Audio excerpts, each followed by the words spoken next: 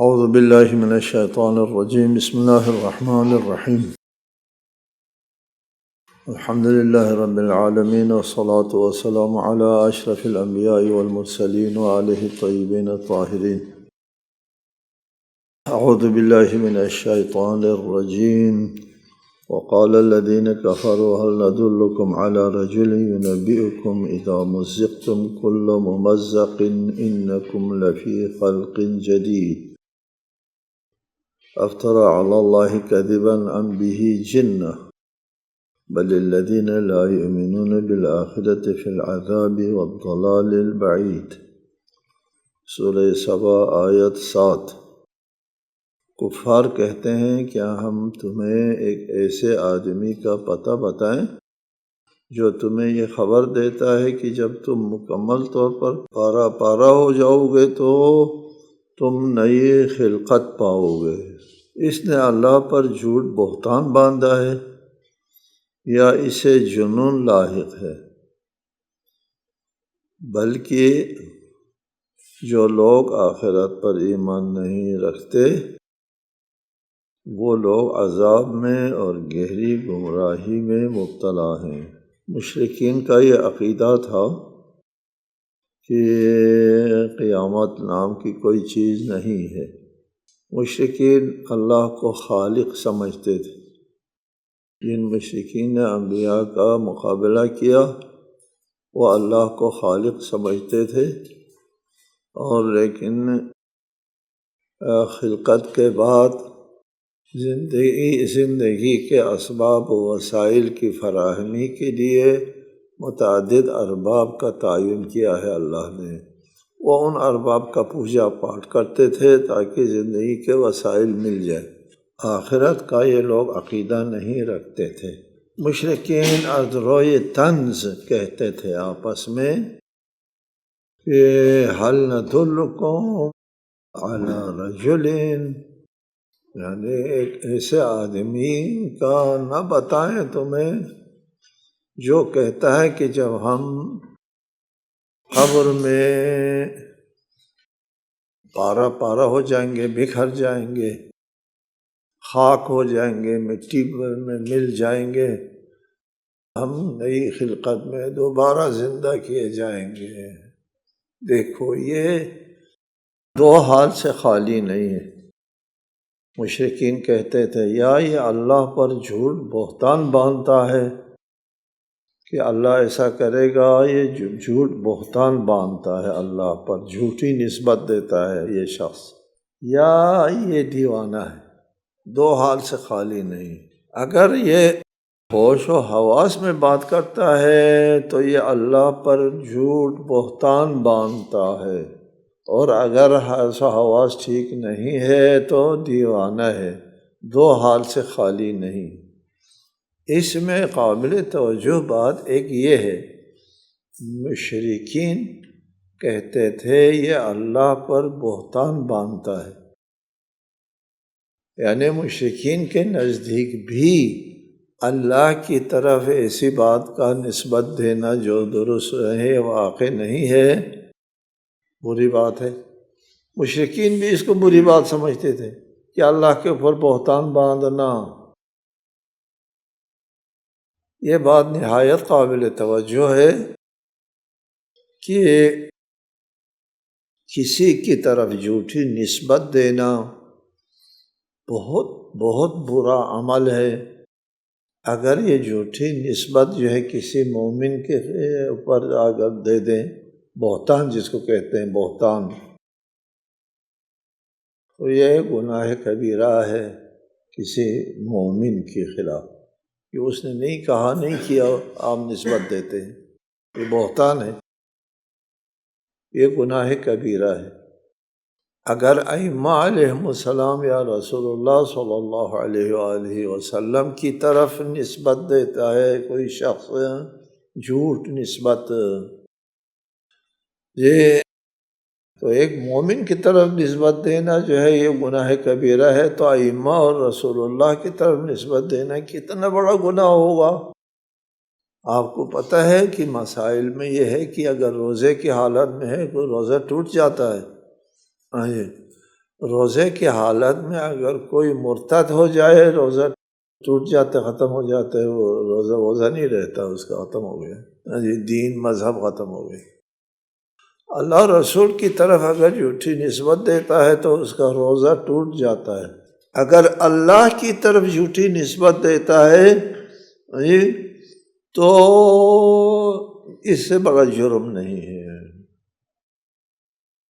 یہ وَمَنْ أَظْلَمُ مِمَّنِ افْتَرَى عَلَى اللَّهِ كَذِبًا، اس سے بڑھ کر ظالم کون ہوگا جو اللہ کے اوپر جھوٹا بہتان باندھتا ہے۔ اس سے اجتناب کرنا چاہیے، پرہیز کرنا چاہیے۔ ہم جو روایات اور احادیث بیان کرتے ہیں ان میں اگر راوی ثقہ ہے، سچا ہے، اچھا آدمی ہے، آپ نے تحقیق کی ہے، آپ رجال میں ماہر ہیں، مجتہد ہیں آپ، تو آپ کہہ سکتے ہیں کہ امام نے، رسول نے فرمایا، کہہ سکتے ہیں۔ اگر آپ ایسا نہیں ہے تو آپ نہیں کہہ سکتے امام نے، رسول نے فرمایا، نہیں کہہ سکتے۔ جی تو کیا کہیں؟ روایت ہے کہ فرمایا، یوں کہو، روایت ہے، کسی نے تو کہا ہے نا، کسی نے روایت تو کی ہے نا، اس کی طرف نسبت دے دو۔ روایت میں آیا ہے کہ رسول نے، امام نے فرمایا۔ ہم اپنے کتابات میں آپ دیکھیں گے ہمیشہ ہم نہیں کہیں گے، یہاں نہیں لکھیں گے امام نے فرمایا، رسول نے فرمایا، نہیں کہیں گے۔ روایت ہے کہ فرمایا، روایت ہے کہ فرمایا، حدیث میں آیا ہے فرمایا، راوی کہتا ہے فرمایا۔ چنانچہ حضرت علی علیہ السلام کی طرف سے بھی حکم ہے کہ اگر تم کسی کی روایت کو نقل کرو تو اس کو اس راوی کی طرف نسبت دے دو۔ ہم لوگ کہتے ہیں نا دروغ بگردن راوی، راوی کی طرف نسبت دے دو، اس نے یہ کہا ہے، اس نے تو کہا ہے جی، اس نے یہ کہا ہے کہ امام نے فرمایا، اب یہ کہا صحیح ہے یا نہیں ہے، یہ دروغ بگردن راوی، آپ نسبت نہ دیں، امام کی طرف نسبت نہ دیں، ٹھیک ہے۔ حدیث بیان کرتے ہوئے اس چیز کو آپ سامنے رکھیں، ہمیشہ سامنے رکھیں۔ یہ روایت میں آیا ہے، حدیث میں آیا ہے، راوی کہتا ہے کہ رسول اللہ صلی اللہ علیہ وآلہ وسلم نے فرمایا۔ البتہ قرآن مجید کے بارے میں تو پھر یہ تو ثابت ہے کہ اللہ تعالیٰ نے فرمایا کہہ سکتے ہیں آپ، قرآن کی آیت سامنے ہے، یہ اللہ کا کلام ہے، اس میں شک نہیں، اس کو آپ اللہ کی طرف نسبت دے سکتے ہیں، اللہ تعالیٰ نے فرمایا کہہ سکتے ہیں۔ یہاں روایت ہے نہیں ہے، سمجھے، یہاں کلام اللہ ثابت ہے آپ کے سامنے کہ یہ اللہ کا کلام ہے۔ یہ کفار کہتے ہیں کہ اس شخص نے اللہ کے اوپر جھوٹی نسبت دی ہے، بہت بری بات ہے، مشرکین کے نزدیک بھی بری بات ہے جی، اللہ کی طرف سے جھوٹی نسبت دینا۔ ہمارے معاشرے میں اس کو بری بات نہیں سمجھتے ہیں، یہ آپ لوگ متوجہ ہے، یہ بہت بڑی قسمتی ہے، اور لوگوں کی نادانی کی وجہ سے، اور صرف نادانی نہیں، اصلاً متوجہ بھی ہوتے ہیں تو پرواہ نہیں کرتے، یا اصلاً اس کا لحاظ نہیں کرتے۔ اس شخص نے اللہ کے اوپر جھوٹی نسبت دی ہے یا یہ دیوانہ ہے؟ بھلا کیسے ہو سکتا ہے کہ ہم زمین میں گم ہو جائیں؟ وَقَالُوا أَإِذَا ضَلَلْنَا فِي الْأَرْضِ أَإِنَّا لَفِي خَلْقٍ جَدِيدٍ، جب ہم زمین میں گم ہو جاتے ہیں تو ہم نئی خلقت میں آ جائیں گے۔ بہت بعید سمجھتے ہیں، محال سمجھتے ہیں، نامعقول سمجھتے ہیں۔ جواب میں اللہ تعالیٰ نے فرمایا بَلِ الَّذِينَ لَا يُؤْمِنُونَ، ان لوگوں نے کہا تھا کہ یہ رسول جو ہے یا بہتان باندھتا ہے یا دیوانہ ہے، فرمایا نہیں، بلکہ یہ لوگ، یہ جو مشرکین ہیں، یہ عذاب میں اور گہری گمراہی میں مبتلا ہے۔ جی، ہمارا رسول نے نہ افطرا کیا ہے، نہ اس کے اوپر جو ہے وہ کوئی اور بیماری لاحق ہے، بلکہ تم گمراہی میں مبتلا ہو۔ افلم يروا الى ما بين ايديهم وما خلفهم من السماء والارض ان نشأ نخسف بهم الارض او نسقط عليهم كسفا من السماء ان في ذلك لآية لكل عبد منيب۔ کیا ان لوگوں نے اپنے آگے اور پیچھے محیط آسمان و زمین کو نہیں دیکھا کہ اگر ہم چاہیں تو انہیں زمین میں دھسا دیں یا آسمان سے ان پر ٹکڑے برسا دیں؟ یقیناً اس میں اللہ کی طرف رجوع کرنے والے ہر بندے کے لیے نشانی ہے۔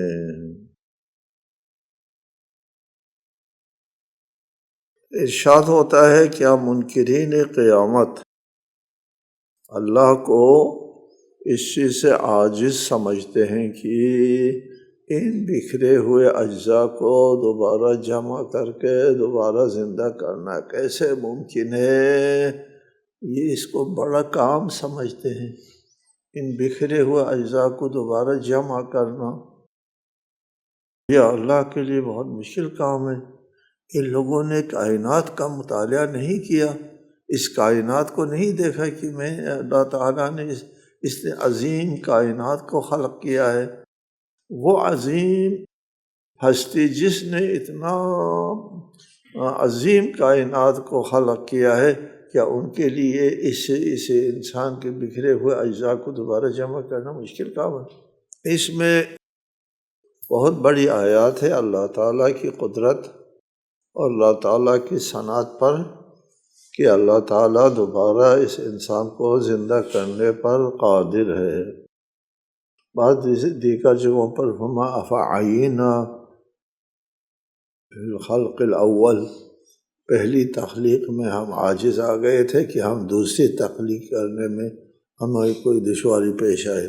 پہلے ہم نے تم کو لاشے سے بنا دیا، کچھ بھی نہیں تھا، اب تم کچھ ہو زمین میں بکھرے ہوئے ہو، ان کو دوبارہ جمع کر کے پیدا کرنا بعید ہے اس اللہ کے لیے جس نے اتنی بڑی کائنات بنا دی ہے۔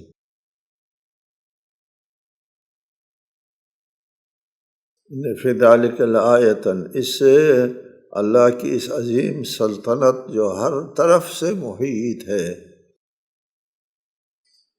اس میں کوئی راہ فرار نہیں ہے۔ جی، یہی اجزاء جو بکھر جاتے ہیں وہ کہیں نہیں جاتے، کوئی سوراخ نہیں ہے کہ اس سے نکل کر کے گم ہو جائے اور پھر تو پتہ نہ چلے۔ جی، وہ کائنات محیط ہے، اسی احاطے کے اندر ہے۔ یہ تو آج کل کے لوگوں کو بھی پتہ چلا ہے کوئی چیز جو ہے معدوم ہوتی نہیں، ترکیب بدل جاتی ہے، معدوم نہیں ہوتی۔ یہ لاواضعیہ کا ایک نظریہ ہے کہ کوئی شے معدوم نہیں ہوتی، اور پھر یہ مشہود معلوم ہے کہ کوئی چیز معدوم نہیں ہوتی، اس کے اجزاء ترکیبی جو ہے وہ بدل جاتی ہے۔ آپ لکڑی کو جلاتے ہیں، دھواں اور خاکستر میں اجزاء ترکیبی جو ہے وہ بکھر جاتے ہیں۔ وہ کائنات کے فضا کے اندر یہ لکڑی موجود ہے، کہیں نہیں جاتی لکڑی۔ اسی طرح ہر کوئی چیز جو گل سڑ جاتی ہے اور خاک میں مل جاتی ہے، لیکن وہ معدوم نہیں ہوتی، موجود ہوتی ہے۔ وَلَقَدْ آتَيْنَا دَاوُودَ مِنَّا فَضْلًا يَا جِبَالُ أَوِّبِي مَعَهُ وَالطَّيْرَ وَأَلَنَّا لَهُ الْحَدِيدَ أَنِ اعْمَلْ سَابِغَاتٍ وَقَدِّرْ فِي السَّرْدِ وَاعْمَلُوا صَالِحًا إِنِّي بِمَا تَعْمَلُونَ بَصِيرٌ۔ اور ہم نے داؤد کو اپنی طرف سے فضیلت دی، اور ہم نے کہا اے پہاڑوں، اس کے ساتھ تسبیح پڑھتے ہوئے خوش الحانی کرو، پہاڑوں سے کہا، اور پرندوں کو بھی یہی حکم دیا، اور ہم نے لوہے کو ان کے لیے نرم کر دیا کہ تم زرہیں بناؤ، زرہ، اور ان کے حلقوں کو باہم مناسب رکھو، اور تم سب نیک عمل کرو، بتحقیق جو کچھ تم کرتے ہو میں اسے دیکھتا ہوں، انی بما تعملون بصیر۔ یا جبال اوبی، اوبی اوب سے ہے، یہ خوش الحانی کے ساتھ تسبیح پڑھو کے معنوں میں آتا ہے، یعنی سبح معہ ورجعی، ترجیع کرو، تسبیح کرو، خوش الحانی کرو۔ اوبی، اوبا خوش الحانی۔ اللہ تعالیٰ نے کہا پہاڑ سے معہو، داؤد کے ساتھ خوش الحانی کرو۔ داؤد جب تسبیح پڑھتے تھے تو پہاڑ بھی ساتھ ساتھ تسبیح پڑھتے تھے حضرت داؤد کے ساتھ۔ حضرت داؤد کی خوش الحانی مشہور ہے، نہایت خوش الحان آواز تھی ان کی، اور اس آواز سے پہاڑ بھی مسحور ہوتے تھے، اور والطیر، پرندے بھی حضرت داؤد کی تسبیح کی آواز سن کر کے تسبیح پڑھنے میں ساتھ ہوتے تھے، یعنی پرندوں کو بھی یہی حکم ملا، پہاڑوں کو بھی اور پرندوں کو بھی یہی حکم ملا کہ حضرت داؤد کی تسبیح کے ساتھ تم بھی مل کر خوش الحانی کرو۔ یہاں یہ بات کچھ لوگوں کے سمجھ میں نہیں آتی، پہاڑ کس طرح تسبیح کرتی ہے اور پرندے، لیکن قرآن مجید نے اعلان کیا ہے وَإِن مِّن شَيْءٍ إِلَّا يُسَبِّحُ بِحَمْدِهِ وَلَكِن لَّا تَفْقَهُونَ تَسْبِيحَهُمْ، کوئی ایسی چیز نہیں ہے جو اس کی ثنا میں تسبیح نہ کرتی ہو، لیکن تم ان کی تسبیح کو سمجھتے نہیں ہو۔ وَإِن مِّن شَيْءٍ إِلَّا يُسَبِّحُ، کوئی ایسی چیز نہیں ہے جو اللہ کی تسبیح نہ کرے۔ کائنات کی ہر چیز کے اندر شعور موجود ہے، ہر چیز کے اندر شعور موجود ہے، لیکن لِكُلٍّ بِحَسَبِهِ، ہر ایک کا شعور اس کے مطابق ہے۔ انسان اشرف مخلوقات ہے، اس کائنات میں اللہ کا عظیم مخلوق ہے، انسان کا شعور سب سے بالا ہے، اور پھر اس انسان کے بعد حیوانات ہے، حیوانات کا شعور اپنے پاس شعور ہے، وہ انسان کے شعور کے درجے کے نہیں ہے، اس سے کمتر شعور ہے۔ نباتات میں بھی شعور ہے، یہ نباتات کے اندر جو شعور ہے وہ حیوانات کے شعور سے کمتر شعور ہے۔ کہتے ہیں نباتات جو ہے وہ اتنا شعور وہ ہے کہ وہ مالک کو سمجھتے ہیں، درخت جو ہے وہ مالک کو سمجھتے ہیں، آپ درخت کو پیار کرے وہ خوش ہوتا ہے درخت، یہ تجربہ کیا ہے، لوگوں کو پتہ چلا ہے کہ یہ مالک کو جان پہچان لیتا ہے درخت۔ پودوں میں بھی، درختوں میں، سب میں شعور موجود ہے، لیکن حیوانات کے شعور سے کمتر ہے۔ جمادات میں بھی شعور موجود ہے، لیکن ان میں جو شعور ہے وہ نباتات سے بھی کمتر شعور ہے۔ حضرت داؤد کی خوش الحانی انسان کے شعور میں تو آتا ہے، ہاں بڑا انسان محسوس ہوتا ہے، اور پرندے جو حیوانات ہیں ان کے شعور میں بھی آتا ہے، نباتات کے شعور میں بھی آتا ہے، آخر پہاڑوں کے جمادات کے شعور میں بھی آتا ہے۔ ہر چیز میں شعور ہے، اس میں شک نہیں۔ قرآن کہتا ہے وَإِن مِّن شَيْءٍ إِلَّا يُسَبِّحُ بِحَمْدِهِ، تم سمجھ نہیں سکتے ہو، لیکن حضرت داؤد کی خوش الحانی کا یہ عالم تھا کہ یہ انسان اور حیوان اور نباتات کے شعور کو عبور کر کے جمادات کے شعور تک رسائی ہوتی تھی ان کے الحان کی۔ جی لوگ یہاں پر وہ کرتے ہیں کہ پہاڑوں میں اگر ہم آواز لگاتے ہیں تو وہ پہاڑوں میں جو گونج آتی ہے، گونج، وہ مراد ہے۔ جب حضرت داؤد جب تسبیح پڑھتے تھے آواز کے ساتھ تو پھر پہاڑوں سے وہ گونج کی آواز واپس آتی ہے۔ تو یہ ہر ایک کے لیے یہ کوئی گائے اگر آواز دیتی تو بھی اس کی گونج آتی ہے، وہ حضرت داؤد کا معجزہ نہیں ہے، یعنی ہر آواز کے ساتھ ہوتا ہے وہ۔ لہٰذا پہاڑ کا حضرت داؤد کے ساتھ خوش الحانی کے ساتھ تسبیح پڑھنا یہ کوئی بعید بات نہیں ہے، اور یہ قابل قبول چیز، اس کے لیے کسی قسم کی تعویل وغیرہ کی ضرورت نہیں۔ والطیر، اور پرندے بھی آپ کے ساتھ خوش الحانی کرتے ہیں۔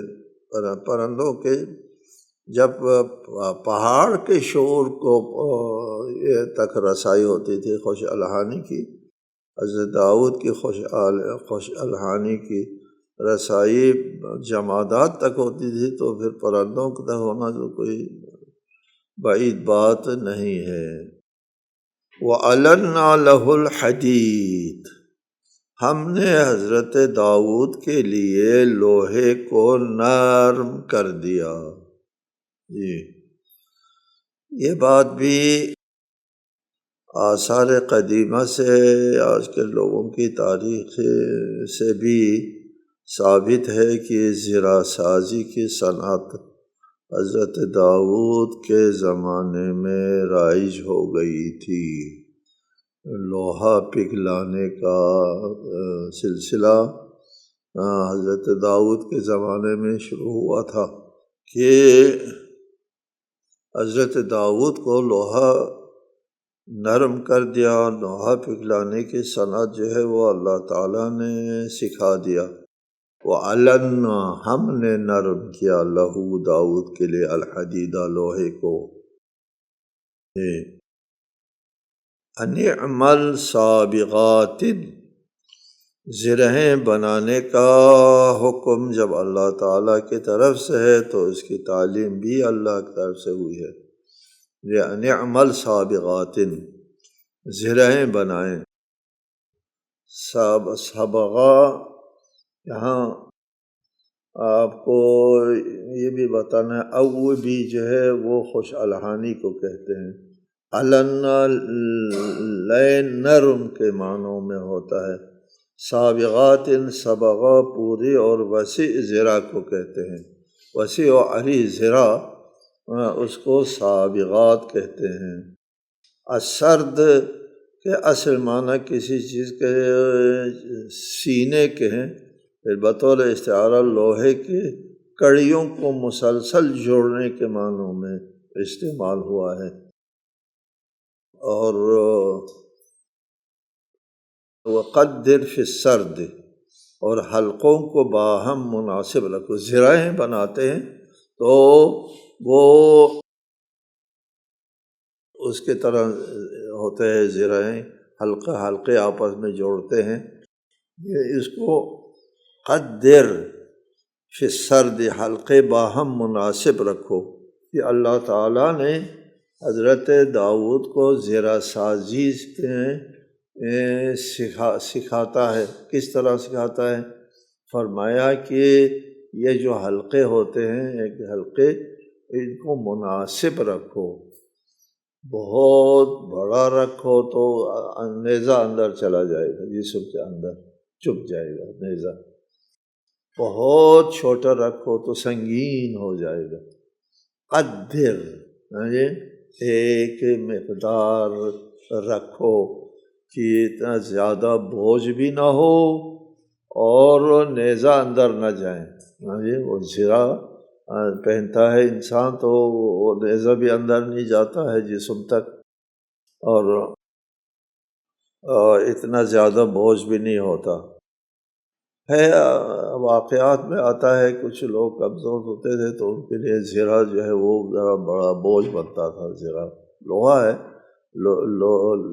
لوہے کا لباس پہننا ہوتا ہے کہ دشمن کی طرف سے آنے والے جو ہے وہ اس سے ضربتوں سے محفوظ رہے۔ اس لیے فرمائے وقدر فی السرد، حلقے باہم مناسب رکھو، یعنی حلقوں میں فاصلہ اتنا کم نہ ہو کہ زرہیں سنگین ہو جائیں، اتنا زیادہ نہ ہو کہ خنجر کی نوک جسم تک جائے۔ قدر کا مطلب یہ ہے باہم مناسب رکھو۔ یہ ہے اللہ تعالیٰ کی طرف سے زرہ سازی کی تعلیم حضرت داؤد کو۔ السلام علیکم ورحمۃ اللہ وبرکاتہ۔